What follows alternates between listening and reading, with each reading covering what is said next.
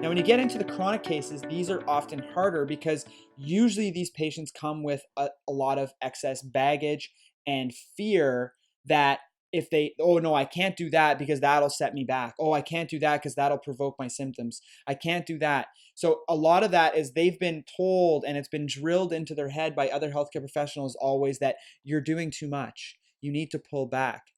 But the reality of it is because they've pulled back so much, that's why now they get symptomatic with even the slightest little bit of activity. So we have to break that cycle. Think of it as if they're out of shape. They need to get back into shape. So oftentimes when I have patients that I need to get back to work, I have to start very small and very slow.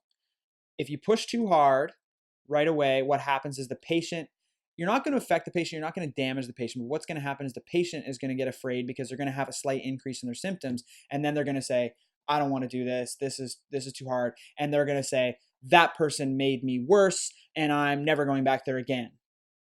Okay? And they're going to go find another healthcare professional who caves to their, bullshit, and they're going to basically sit back and keep doing nothing and keep not getting better.